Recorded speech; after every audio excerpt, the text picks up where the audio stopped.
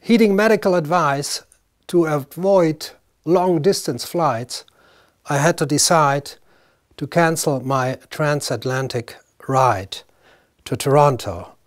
Therefore, welcome to Gdansk, former Danzig, where this video is filmed, and close to where I have been born. It was Milton Zeisman who had proposed to replace my talk in Toronto with that video. Andrew Fitz accepted it. Clark Welton helped in editing the slides I show you. He hasn't seen everything, so if there's still mistakes left, they're all mine. And we have an audience here. It's my son, Gunnar Heinsohn.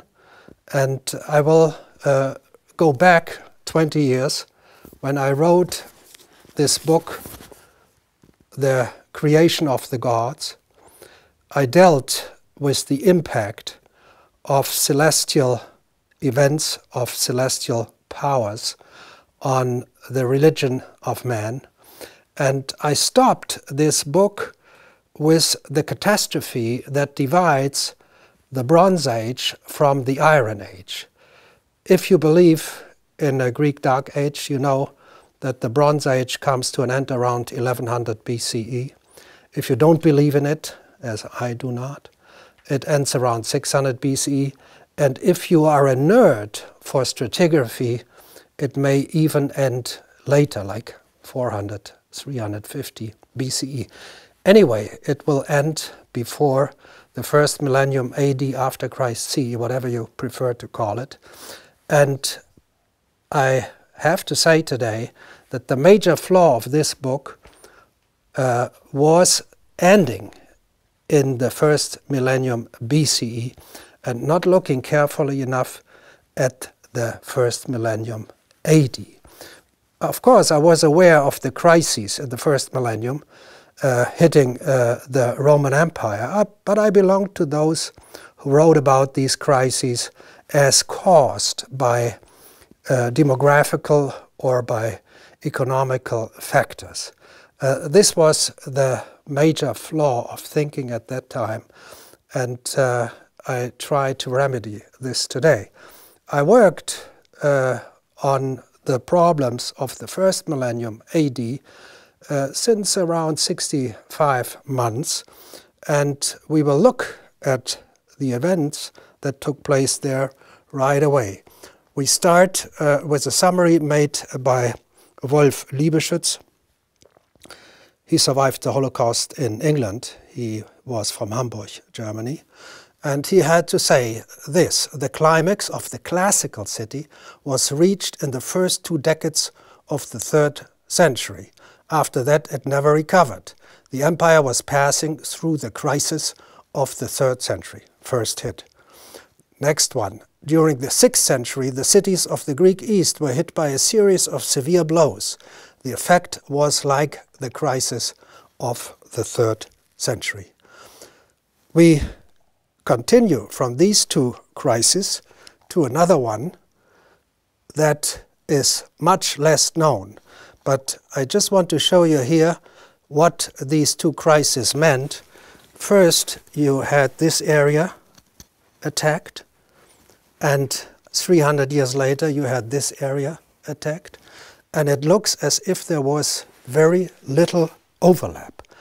And for such a big strike, you would expect, of course, some overlap at least here at these frontiers. Now to the 10th century collapse. Polish scholars were quite avant-gardist in that research. It shows us that we have massive destructions running all the way from Norway to modern Iraq.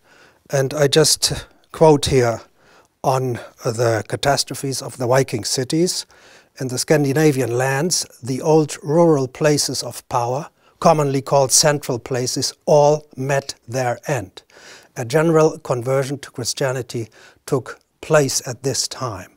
If we move to Poland, there was a rapid, sometimes catastrophic, collapse of many of the pre-existing tribal centers. These events were accompanied by the permanent or temporary depopulation of former areas of settlement. And we move further south to the Black Sea, to Bulgaria. The Bulgaria metropolis Pliska had its whole production area covered by considerable amounts of erosion material. The Pliska basin was turned into a desert landscape in the 11th century. So if we take a look again at the areas that were mostly affected, we have to go all the way around here, and you are getting curious how such a strange arch could have been so meticulously executed. We summarize three major conflagrations. First, 3rd century crisis. It strangles Western Europe, stretching some 2,500 kilometers from Lisbon to Bari.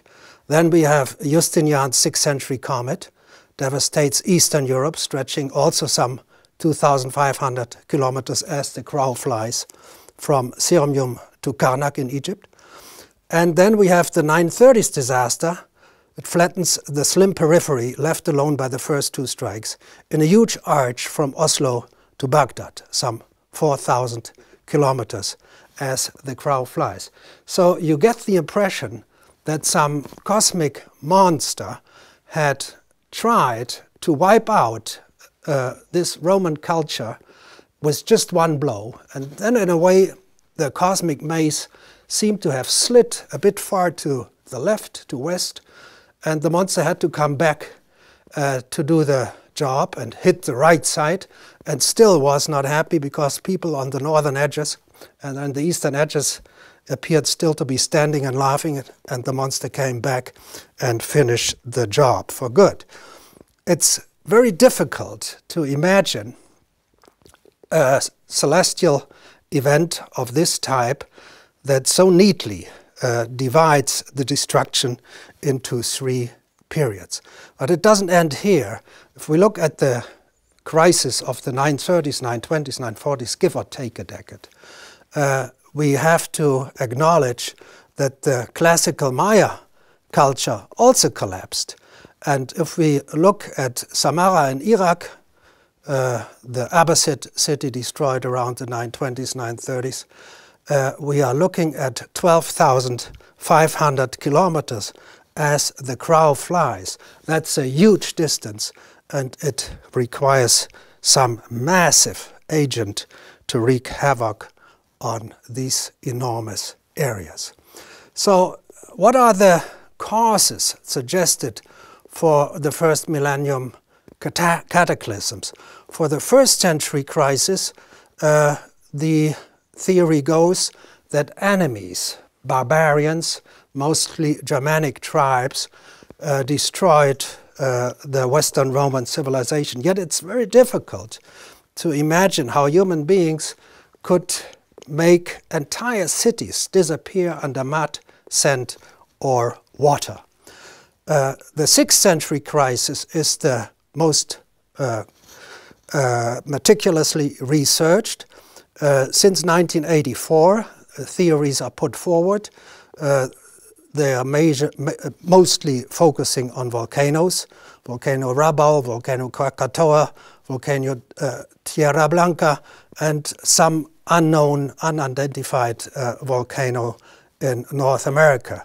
Since 2009, comets are taken into account, and in 2016, even former comet Encke that disintegrated into the Taurids is seen as a possible impactor. For the 930s collapse, we have a major problem. It's the closest to us, and there are not any written resources for the sources for the earlier catastrophes. We have written sources, none for the 10th century, and the only agent so far considered is volcano Elgia on Iceland, volcanoes Katla And Vatnajökull also exploded. 18 million cubic kilometers of lava were released, and 450 million cubic kilometers of sulfurous aerosols covered the northern hemisphere. This was big. If it was big enough to touch all the way down to Iraq and far west to the Yucatan, I cannot imagine. I think it must have been a byproduct of something bigger. Now, if you start doubting that we are dealing with 3 different strikes with very little overlap, if you believe it may have been just a single strike, of course, you are confronted with chronology. The strikes are divided over 700 years, and to imagine the 3 strikes as just one will force you to cut 700 years out of the first millennium. This sounds bizarre. It sounds just impossible. So when I started to understand the chronology of the first millennium, what struck me most is that from antiquity, 1st to 3rd century, to late antiquity, 4th to 6th century, and then to the early Middle Ages, 8th to 10th century, you always have the same architecture, the same Roman basilica architecture. There is no evolution whatsoever in the arts, in the sciences, in the architecture, as I said, and moreover, in the language too. Latin of the 2nd century is indistinguishable from Latin of the 9th century. So it's very strange, because before antiquity and after the early Middle Ages, you have evolution, you have changes. Within the periods, you have evolution. But between the periods, you have a standstill of cultural evolution that just appears to be absolutely impossible. So what to do? You ask yourself, is there any site in Europe or in the Near East, is there any site where you have traces of these 3 steps of civilization? Antiquity, late antiquity, early antiquity. If you have them anywhere superimposed on top of each other, you have a stratum for antiquity, one from late antiquity, and one for the early Middle Ages, superimposed on each other. So when you have the 10th century, you dig down and you find the 5th century or 6th century, and you dig down and you find the 2nd and 3rd century, always with this type of architecture. If you look for such a site, the selection is immense. So we know about 5,000 Roman towns and cities, 20 to 25,000 large agricultural estates, Villa Rustica. And further east, we know about at least 5,000 Cherniakhov sites. They are outside of the empire. They are located about here. So we are looking at least 35,000 sites to find those that have these 3 periods, antiquity, late antiquity, and the early Middle Ages superimposed on each other. And when I started looking, I thought there would be thousands. Then I thought there would be hundreds. And then I thought there would be maybe 50. Now I know there is not a single such site. And it's not a result I decided upon myself, but it is the result of asking many, many experts. So, if you get familiar with the idea that some 700 years have to be cut out of the first millennium because these 3 periods that form the 700 years are nowhere existent on top of each other, you ask yourself, why not obey scientific dating? And the most respected by archaeologists now is dendrochronology. You're counting tree rings. And so you have heard, of course, or read that the tree rings do confirm the number of years of the first millennium. This is true of a very famous man, like Mike Bailey. He says, of course, the first millennium has 1,000 years, not 1 year, maybe not 1 minute left. But then the Larsens, very meticulous researchers, they say no. For the first millennium, we just have 782 years in tree rings, not more. So we have to cut out some 218 years. And very recently, you have the attempt by Tim Cullen of Malaga Bay to say the first millennium has only 550 years. So you cut out 450. I have a lot of respect for all these researchers. I just want to show that there is no such thing as a certainty for the length of the first millennium, even in tree ring years.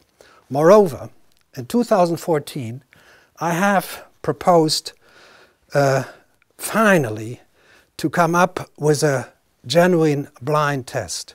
So I had asked, especially had asked Mike Bailey, to start his work on a site in which you have antiquity, 1st to 3rd century, late antiquity, 4th to 6th century, and early Middle Ages, 8th to 10th century. And you take from every strata group, you take construction timber and construction timber from here and construction timber from here, and then you send it out to 5 different dendrochronological institutes, and they don't know, of course, what they are receiving, but somebody knows what he is sending out, and they will come up with a blind test. You would expect this has been done long ago. It was never done. I have to add, though, that my proposal was a bit mean, because I made the proposal when I had already discovered that there is no such site out of the more than 30,000 that we know that has these 3 strata on top of each other. Thus, you cannot find any place where you can pull out a piece of wood here, a piece of wood here, and a piece of wood here, and then date it.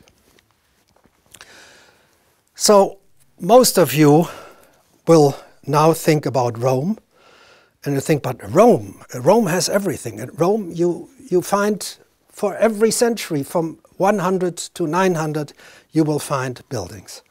And this causes me to reenact, in a way, the first-class freshmen that study Christian archaeological history.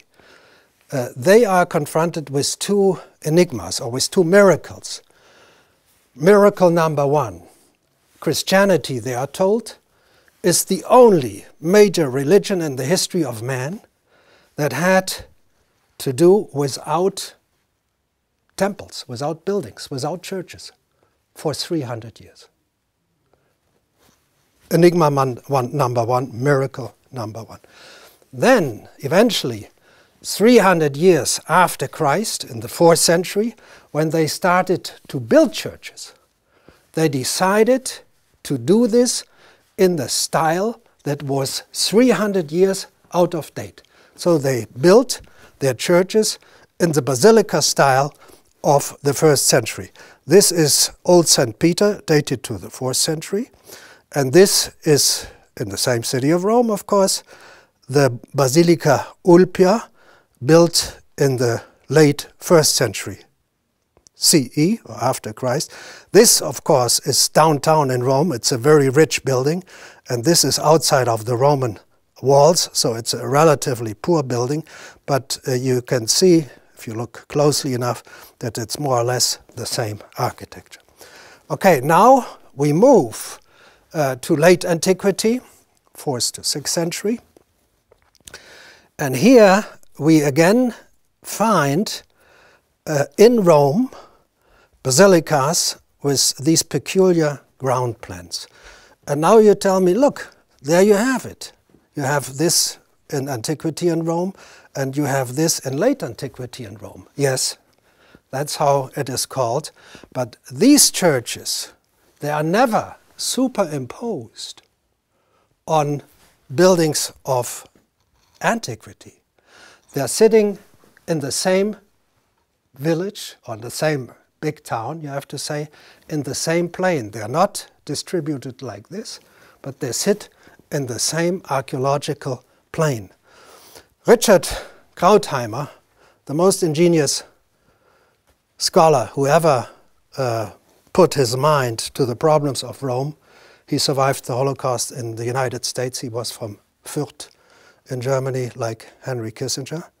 So what he discovered for himself was that in late antiquity, the Christians created a renaissance of antiquity, a perfect renaissance, down to the building materials, down to the roof tiles.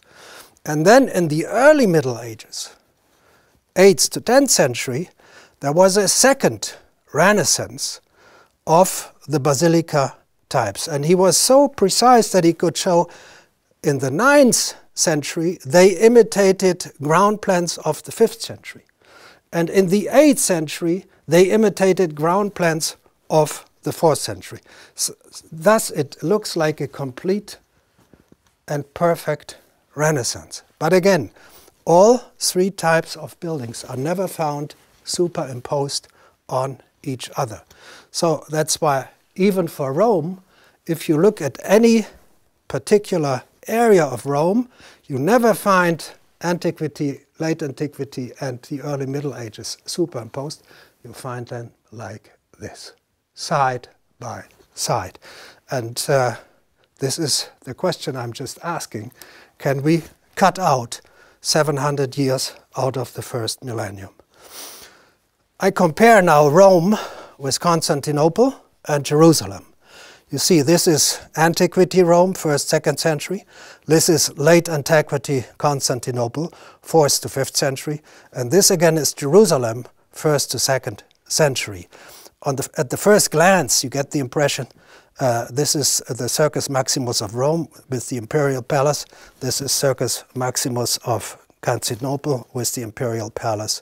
Down here you get the impression, oh, they really try not to fall too much behind the 1st and 2nd century AD. So now we go into Rome, and you see in the colors, I gave the same colors to antiquity, late antiquity, and early Middle Ages. And in each period, you have the same basilica style, the same building materials, the same colors and paints. You have no new living quarters here and no new living quarters here. So the churches, they are divided over the three periods.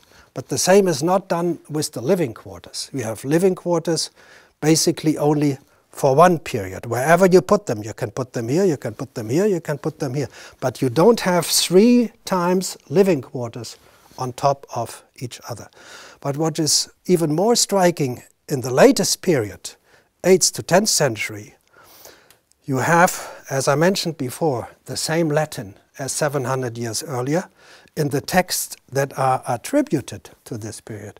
Moreover, the texts that are attributed to this period mention nearly all the famous buildings dated to the 1st or 2nd century. From the Colosseum to the Pantheon, but everything appears to be intact again.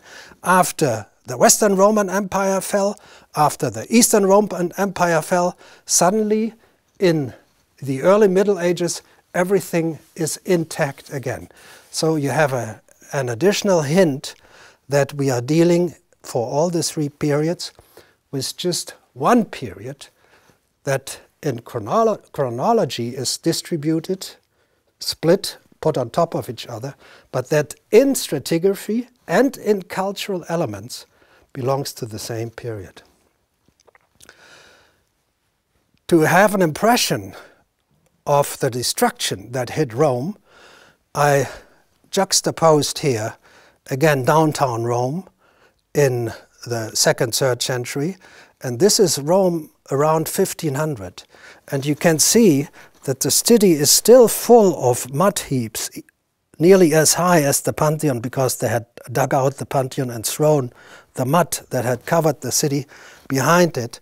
And very few buildings are left. So here you see the Pantheon here you have the Pantheon here you have the Colosseum here you have the Colosseum here. It's a wasteland with a few significant ancient buildings and churches. If you do a close-up on the very downtown of Rome and of the entire empire, stretching 4,000 kilometers as the crow flies, you can see that even in the 16th century, downtown Rome is still used for basic food production, agriculture. So the Circus Maximus is divided in individual fields with water ditches, and you can see the imperial palaces. They still look like Hiroshima or Dresden. If we turn to Byzantium, we have first antiquity, 1st to 3rd century. The authors of that period, especially Cassius Dio, he tells us that from the 1st to 3rd century, Byzantium, or Constantinople, whatever you want to call it, is second only after Rome. It's the second most important city of the Roman Empire. And it has for the first 3 centuries basically not one brick, not one house, nothing.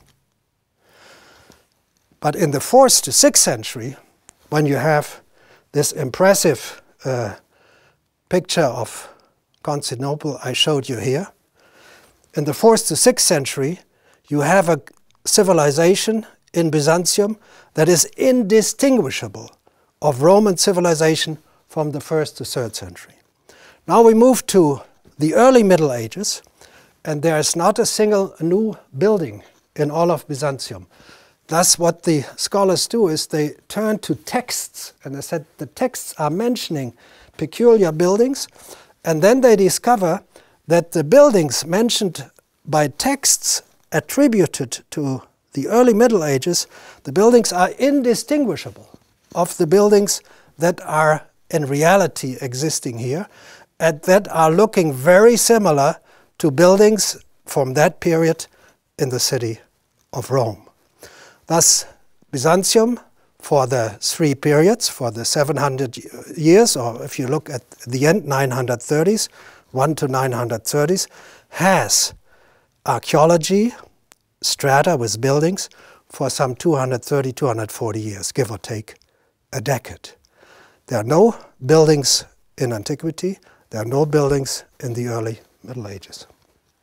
If we move to Jerusalem, it has a famous stratigraphy, very recently made accessible for the public, Kishle, and it is the finest stratigraphy of all of Jerusalem. And you have a situation different from Byzantium in that way that you have antiquity, but you have no buildings for late antiquity. And you have no buildings for the early Middle Ages. You jump from antiquity, 1st to 3rd century, right into the high Middle Ages, 10th to 11th century. And here you find a building constructed under the Crusaders, a tannery under the Crusaders in the 11th, 12th century, which means Jerusalem is naked of buildings from around 230 to at least the 10th century. And we are puzzled by this because when the Crusaders attack Jerusalem, they kill the Muslims and the Jews in huge numbers. A massacre well attested for in many sources. And we do not understand who the people are they could kill if in this period of the early Middle Age to 10th century there was no new construction in the city. There were no buildings where these people could have lived. Of course, you have buildings down here, but you cannot massacre people in the 11th century that live in the 3rd century. That's impossible. This can only be done if you take out 700 years. Now we move away from these 3 very central cities and look at areas all through Europe. And I'm doing this very quick because you understood the idea. This is one of the palaces of Charlemagne, 8th century, 8th, 9th, 10th century, and that's the building here. And it is modeled after a building in Cologne 700 years earlier. So you say, why not? Why shouldn't they do this? But if you look at the city of Ingelheim and you ask the archaeologists, okay, this is around 800 something, what do you have deep down at 100? Oh, there we have nothing. So you can see that this is considered to be a renaissance of this building, but on the side there's no stratum with buildings from which the people building here could have learned how to build a site so similar to Cologne. This is the interior of the Ingelheim Aula Regia, and I have to give you one or two quotes here. How the excavators are surprised. They are looking at the 9th century. They say the semicircular building clearly shows the significance of antique models, the only one of its kind in medieval architecture 700 years later. Ingelheim's throne hall, that's this hall, is in the tradition of the antique and late antique palatial aula. And I have to add, the colors here, the painting here you find, is down to the chemical fingerprint, identical with colors that were employed 700 years earlier. The aula roof was covered with tiles formed in the ancient Roman way. So you imagine, if you ever build a house, the roof tiles are important. You want to be very correct with the roof tiles that no water is coming through. And why would people in their right mind not change even the roof tiles 700 years later?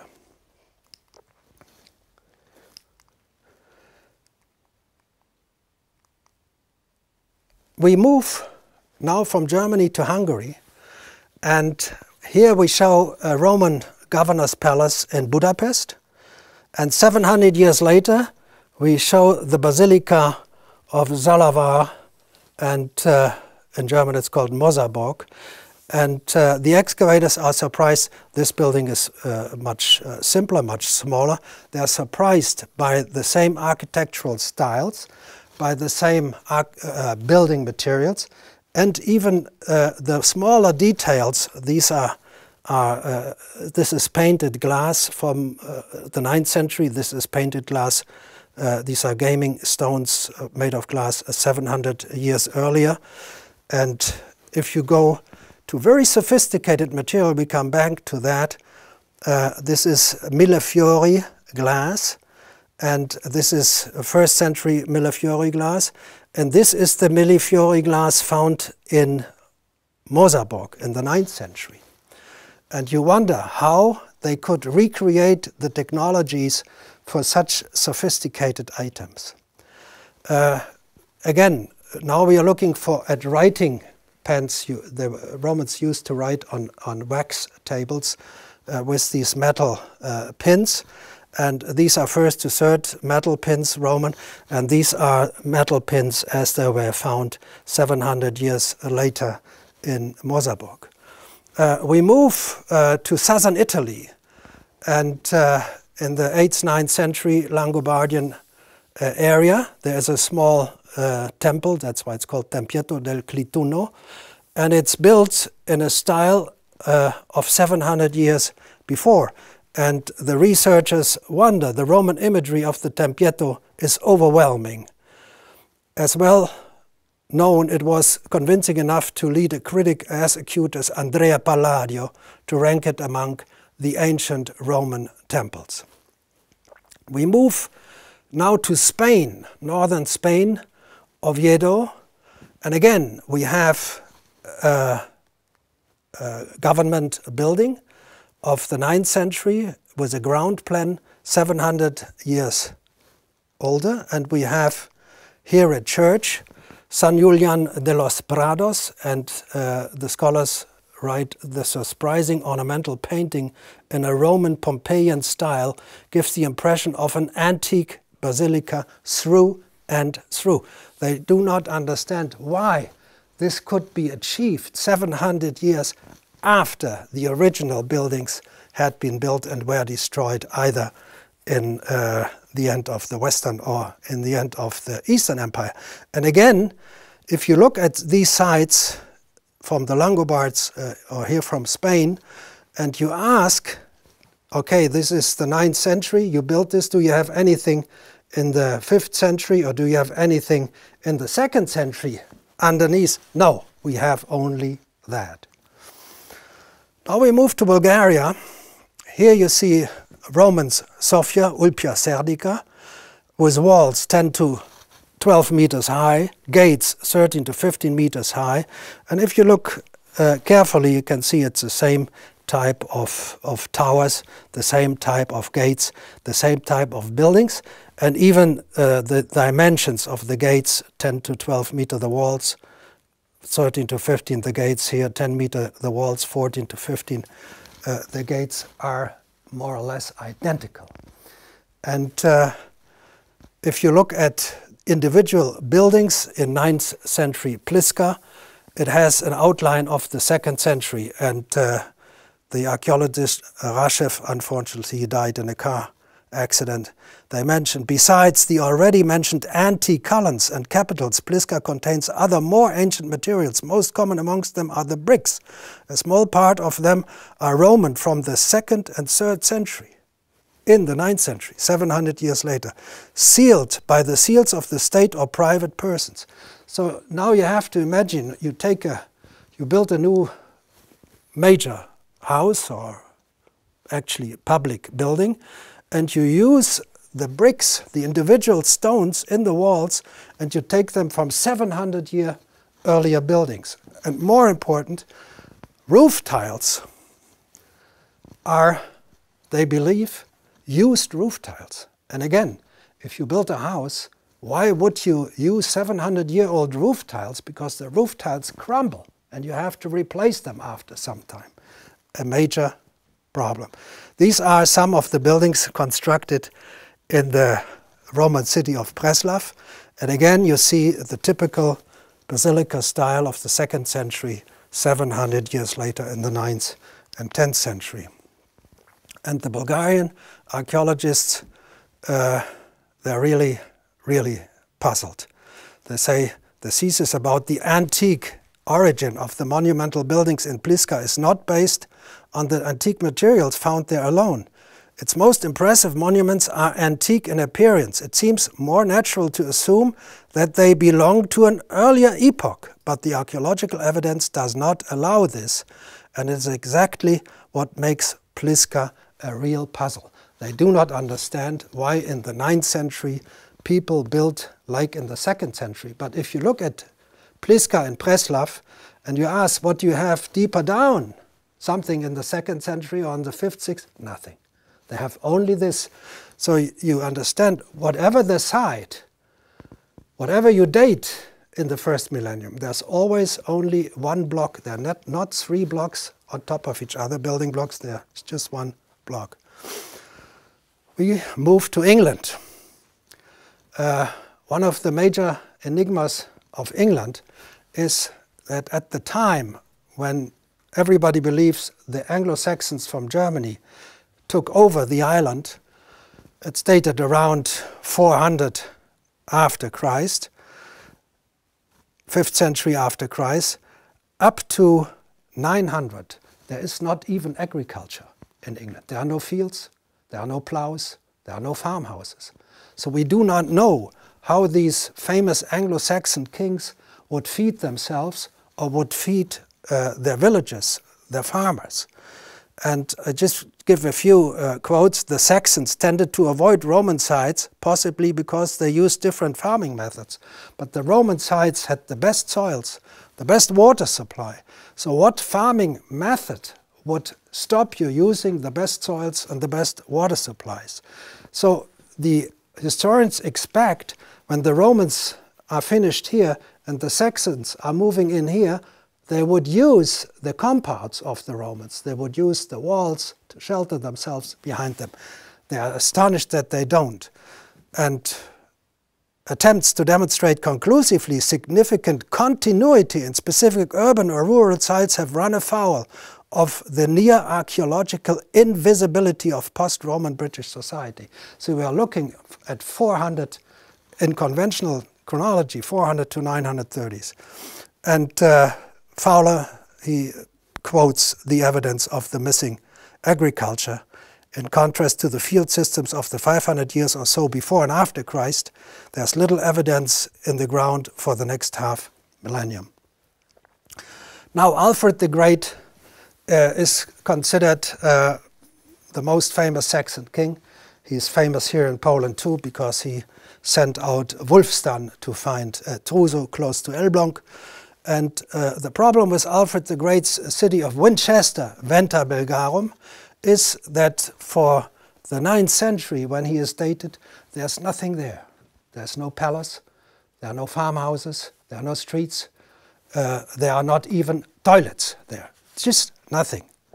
But if you go down in Venta Belgarum to the antiquity period, so here is Alfred's period where there's nothing, here's the late antiquity where there's nothing, but if you go down here, then you have a rich stratum of houses, of palaces, with wonderful Roman mosaics, and nobody claims property of these palaces, of these houses.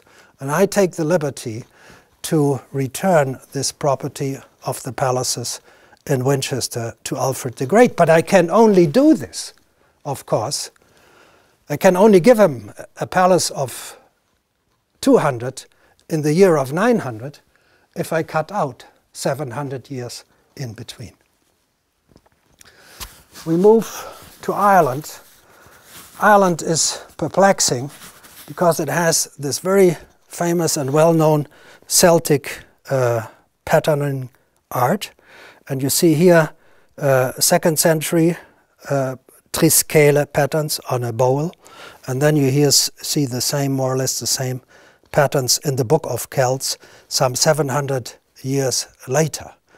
And the archaeologists again wonder that the 5th to 7th centuries in Ireland were a continuation of the 1st century BC. So the 6th century is 700 years after the 1st century BCE, of course, and there's nothing in between. And then, after nothing in between for some 700 years, the culture is, or at least the art decorations are the same. And if we look at this in a more table-like way, you can see Latin settlement style, settlements and the Celtic triscale style. And then you have from 200 BCE to 300 CE no buildings. And then in the 8th century you have settlements again and you have the same triscale style again. We move to the Viking period. You remember that the catastrophe of the 10th century wipes out these territories here, all over Poland. You go to Bulgaria and you move on down to Mesopotamia. What is the most striking feature of the Vikings? They are considered to have been the most daring seafarers in the history of mankind. But today we believe that these great sailors did not have the square sail from the year 100 to around the year 700. Everybody else, so this is a Roman ship with the square sail of the 1st century or the 4th century, the antiquity or late antiquity, of course they are the same because these two periods are in chronology like this, but in stratigraphy like this. The Vikings come later with similar ships. These are war galleys and these are transport ships. This is a 2nd century Roman ship and this is a 9th, 10th century Viking merchant vessel. They look very much the same. And if we go back into the Viking sites, you see again here that in the 8th, 9th century, this is Haithabu, the biggest Viking city. you find glass shards that are very similar to glass shards 700 years earlier.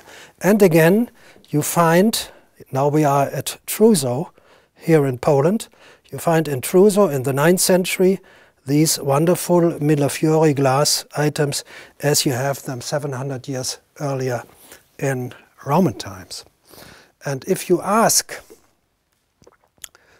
the excavators, and if I ask the excavators of Truso, how is it possible that you have here in Elbląg, or close to Elbląg, you have Roman glass of 700 years before? How did it come here? How did it get here? So the answer is that these are heirlooms. The father gave it to the son, and the son gave it to his son. And so it went through 700 years. This is not impossible, of course, but there's a problem with it.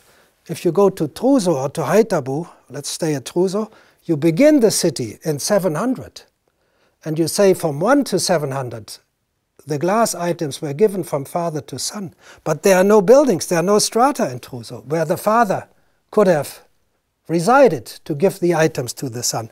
And then suddenly, if you enter the 10th or 11th century, these items no longer appear. They're no longer there in Poland.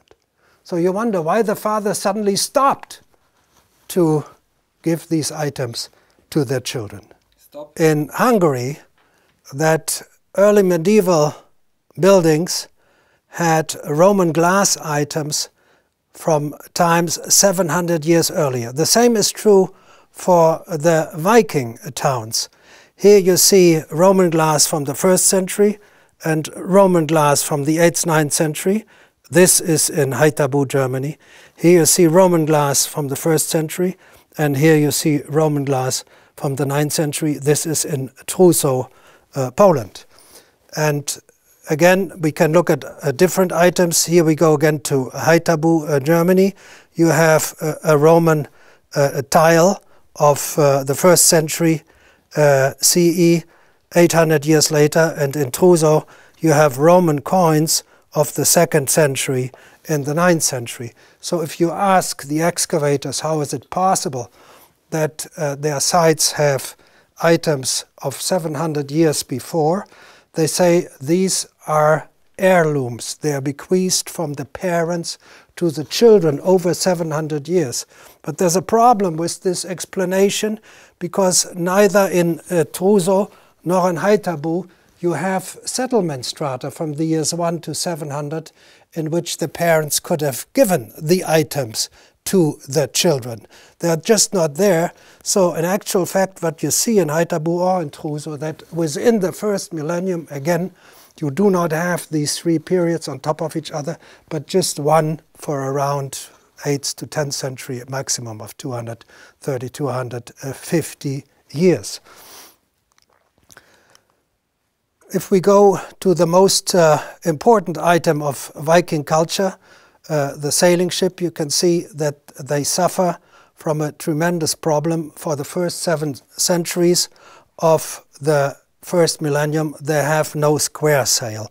When they have the square sail and the technique it is used to employ them, they do it exactly that as it was done 700 years earlier.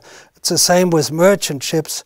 Again, the Viking ships look more or less exactly like the Roman ships 700 years earlier. The same with coins. The Vikings loved their ships and they put them on their coins as much as the Romans on the upper line would show their sailing ships on the coins. And the most puzzling question of the Vikings or the Scandinavians losing the art of sailing is that in the 1st century, Strabo, for example, and even earlier Caesar, they mentioned their ships and the sails. So Strabo even said that they set sail for home, Denmark in this case. Strabo would have said they rowed home to Denmark if they did row home, because people would have had something to laugh about. So we have a big problem, and the leading historian of Viking shipping, Jan Bill, said it is that before the 8th century the sailing ship was not adopted in Scandinavia is puzzling. But if I tell him it is puzzling only if you do not understand that the period of Strabo, 1st century, and the Viking period of the 8th century, they are not on top of each other, that they are side by side, they would say that's just bizarre. Because what does it mean? It means that Julius Caesar comes 700 years closer to us. He's no longer in the 1st century BCE, he is in the 7th century CE. And this is just unacceptable. We move to the Arabs. A brief word about the Arabs. We have about Arab civilization a very strange view. They have a dark side and a bright side. What is the dark side? For the first 700 years of the first millennium, they do not write philosophical or astronomical or poetry texts. They do not issue coins. Before Christ, they do exactly that.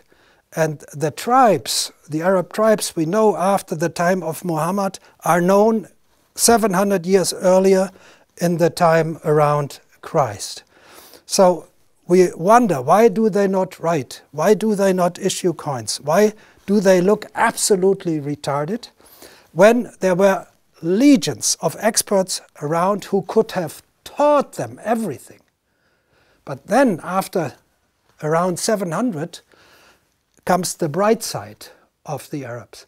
When there's nobody left to teach them anything, because the Western Empire is gone, the Eastern Empire is gone, at that time exactly, they perfectly reenact and recreate Roman culture. I begin with glassware. This is a Roman vase found in Cologne. This is a glass shard from the 9th century found in Samara. And we go to Millefiori glass bowl. This is a Roman glass bowl of the 1st century. This is an Islamic glass bowl of the 8th, 9th century, some 700 years later.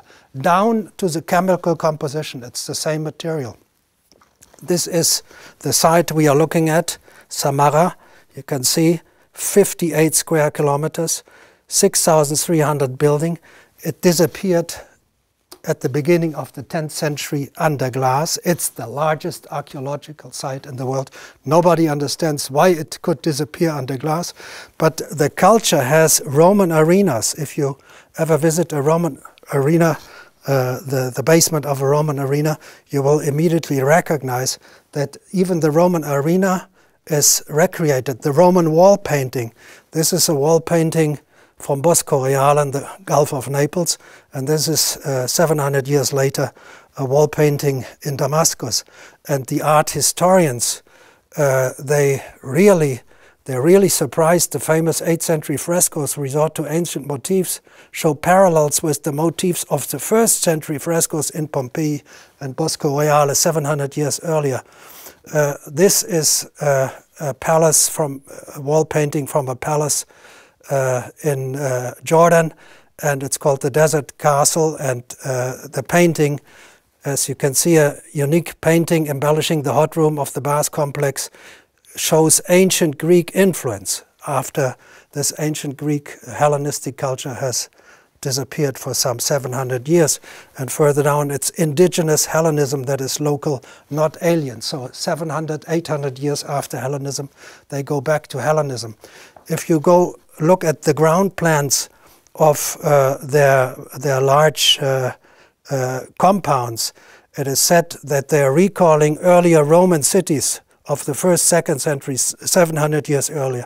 If you look at the peculiar arches, they look like Hellenistic arches 700 years earlier. And again, if you ask the experts, what do you have in these wonderful cities from 1 to 700? Do you have strata from which they could have taken models they imitated 700 years later? No, there is nothing. These are 1st century Arab structures, and these are 8th century Arab structures, and there are no Arab structures like this in between.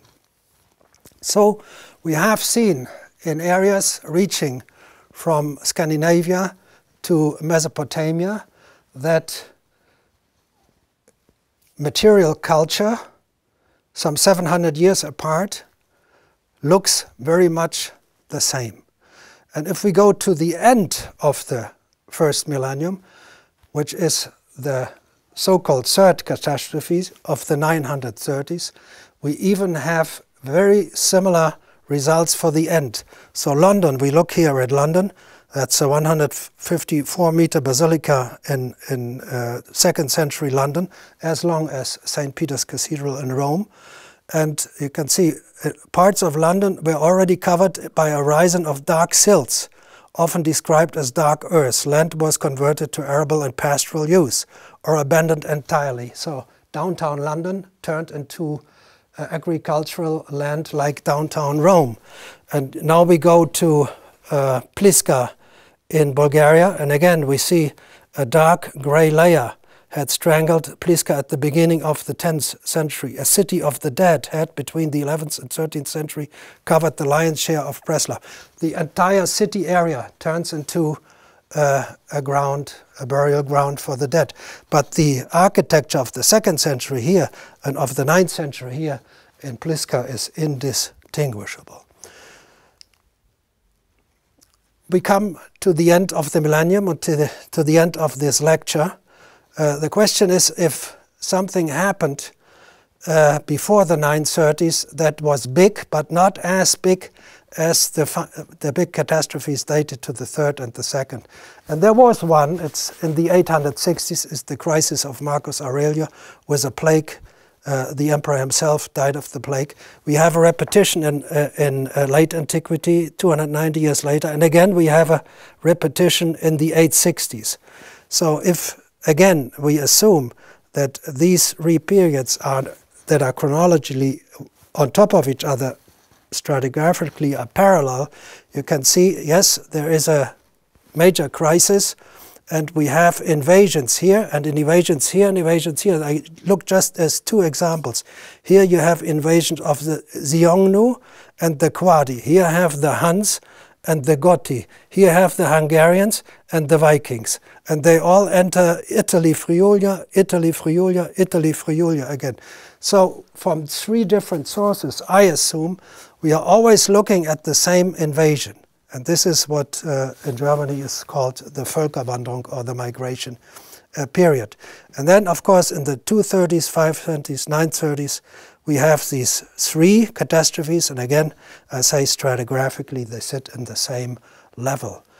So we can only understand the first millennium if we follow stratigraphy that forces us to admit that what we now count as the year 160 is more or less actually the year 860. Thus, the Viking sites, they are more or less dated correctly, but the Roman sites and the Byzantine sites, they are dated 700 or 400 years too early. So what did the survivors do? Very simple.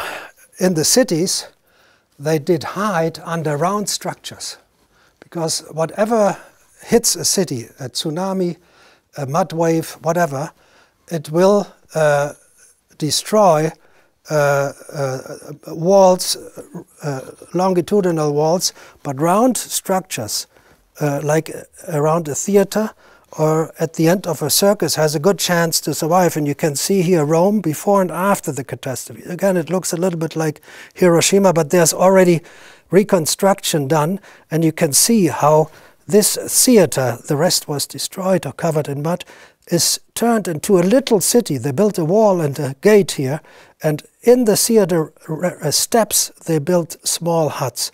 This is Rome. This is the same in Calabria. It's an excavation report. Here you see in green the little huts built right into the theater. This is in Spain, in Tarragona, Tarraco, where the buildings were built into the circus. And in the wall of the circus they had also dug a little gate to enter there. So that's a way to survive. And I quote now here how the spiritual situation was. And I quote from Strelzig University from of Poznan. He said the 10th century was the age of iron, the dark age, in the sense of more primitive relationships and the lack of enlightenment of our 10th century ancestors. A period of renewed and universal anarchy in social relationships came. The development of Latin Europe became retarded. In the period from about 920 to 960, nothing of any great interest in the fields of intellectual development or literature appeared in Latin Europe.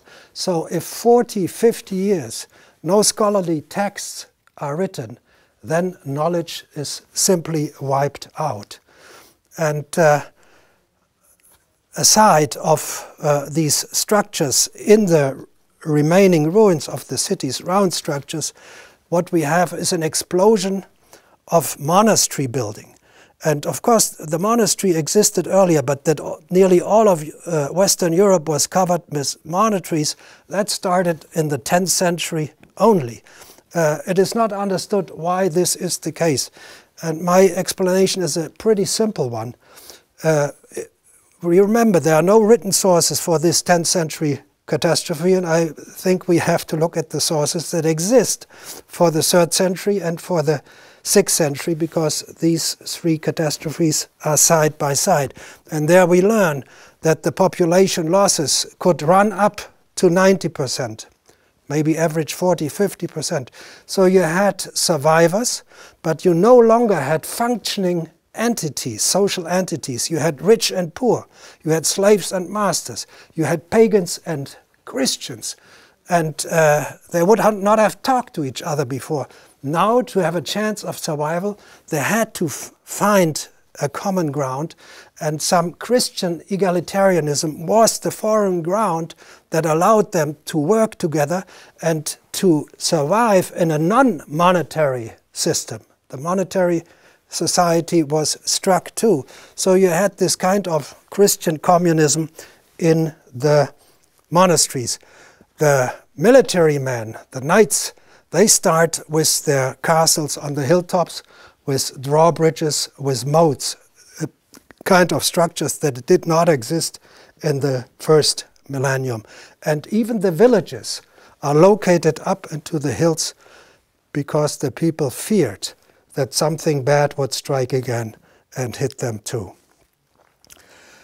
We are now in the High Middle Ages, 11th century, and these are images of a church close to Rome, of Gaeta. And people who moved into the church, on the right side, they could see this monster.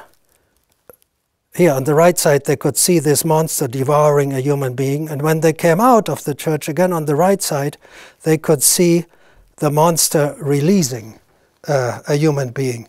So it is the imagery, for example, of Jonah and the whale that was used to remind the faithful of what they had gone through and what might happen again if they are not faithful. And the most important text for the next, I would say, 900 years of Christianity becomes the Apocalypse, the Revelation of John. And this famous text, you know it all. A mighty earthquake took place, and the sun became black like animal's hair sack, and the full moon became like blood, and the stars of heaven fell to the earth. And 1/3 of the earth was burned up. Something like a huge mountain burning with fire was hurled into the sea. And 1/3 of the sea was turned to blood. A huge star fell from heaven, burning like a lamp, and it fell on 1/3 of the rivers, and 1/3 of the waters were turned into bitterness, and many of the people died from the waters. This is the spiritual nourishment. Now let's go back to the loss of knowledge. Here I show you celestial globes of 150 after Christ, of 150, 230 after Christ. So you can see from these instruments that the Romans were perfectly capable of watching and recording the movements in the sky. To do this, you need an atlas of the sky, and you need to know your position on the ground. You always need to know where you are, and then you can follow movements and record them. For this, you need these instruments. So the next time we see globes like this, we are in a period 600 years later in my chronology. That's a shorter one by 700 years, and 1,300 years later in mainstream chronology. You get an impression how far-reaching the catastrophe had struck. Here we see something even earlier from 70 BCE. That's the so-called mechanism of Antikythera, and it was an instrument for predicting astronomical positions, eclipses, and the cycles of the Olympic Games. So this is what you see in essence in the museum. I took the photo last month. And this is a reconstruction of this instrument, and it could show you the position of every planet, the sun and the moon in the sky. This is the kind of knowledge that we lost. And the loss of this knowledge brings me, or at least you, to the question, so how was a return to counting of the years managed? And I believe in a very simple one. I'm not in favor of falsification, of faking, of just creation out of the blue sky. I think when the catastrophe shook somewhere around the 930s, there was no scientific activity up to the 970s, 980s, maybe longer. Then someday people would start counting the years again. And what did they know for sure was they were after Christ, that they understood. And I think they decided to choose a year as the new year one.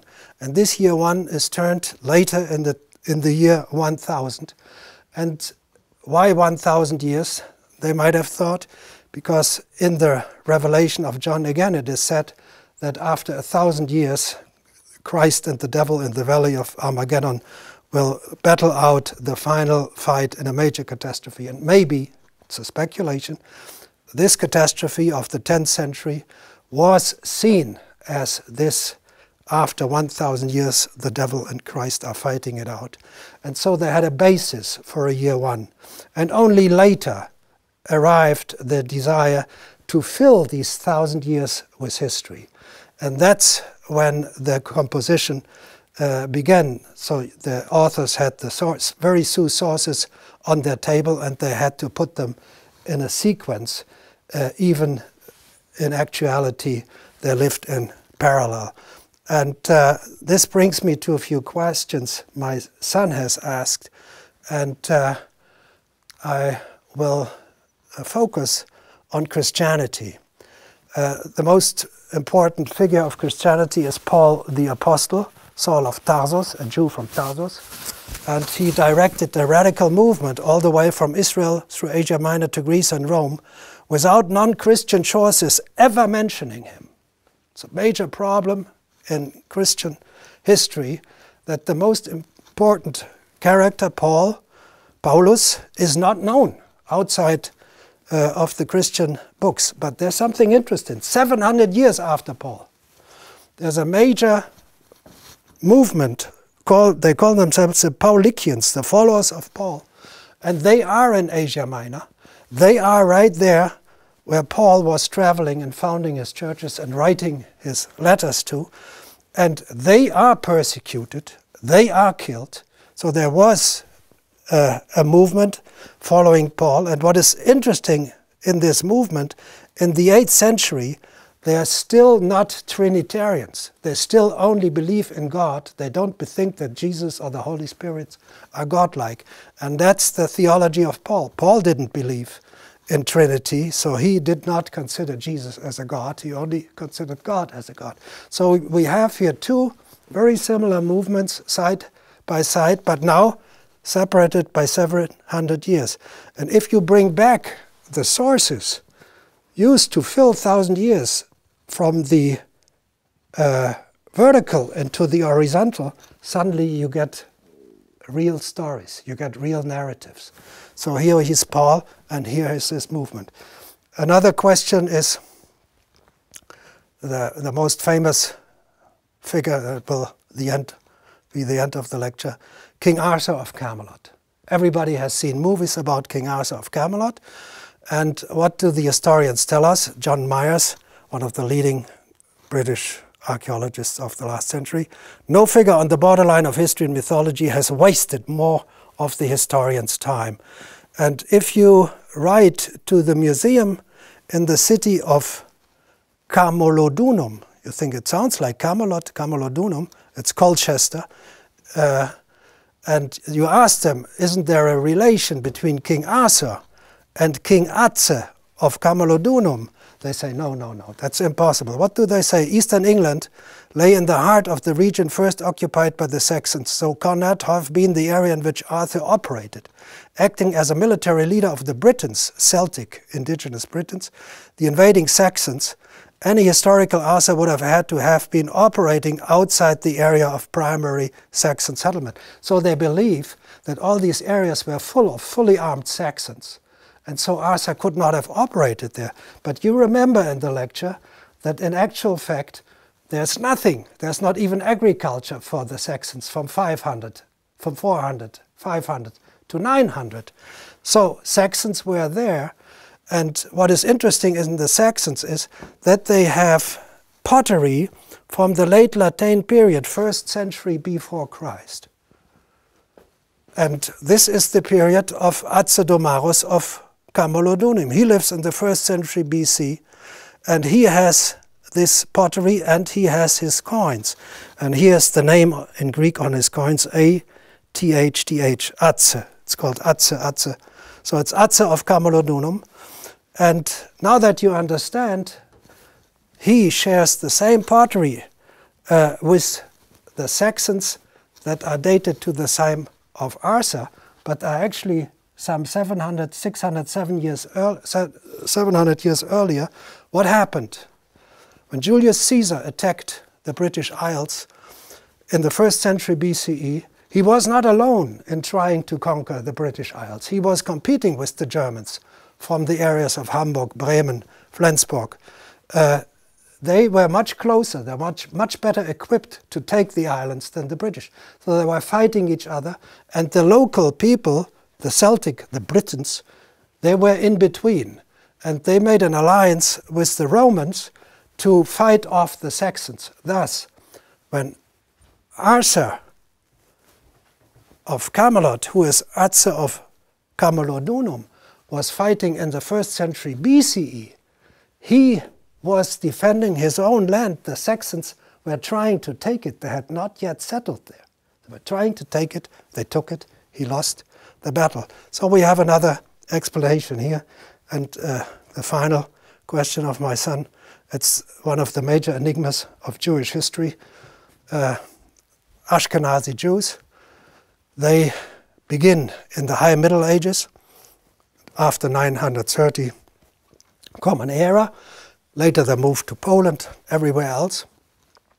And the problem is that in the early Middle Ages, in their original area in Germany, Belgium, France, in this area, there is no archaeological evidence for Jews from the 8th to the 10th century. So there's a hiatus of 300 years before the High Middle Ages. So they say, if the Ashkenazi Jews begin here, and there are no Jews whatsoever in synagogue architecture for 300 years, they have nobody who could have been their forefathers. We have the same situation like in Jerusalem, where the Crusaders massacre Jews and Muslims, but in the stratigraphy of Jerusalem, you do not have Jews before this massacre occurs. So now when you understand that the Antiquity, late Antiquity, and early Middle Ages periods are not chronologically but stratigraphically like this, then all the hard evidence for Jews in this period belongs also to this period, where supposedly there is no hard evidence, which means that the Ashkenazi Jews are immediate followers of the Jews of the period that is now divided in Antiquity, Late Antiquity, and Early Middle Ages, but in actuality is one. Thank you for your attention.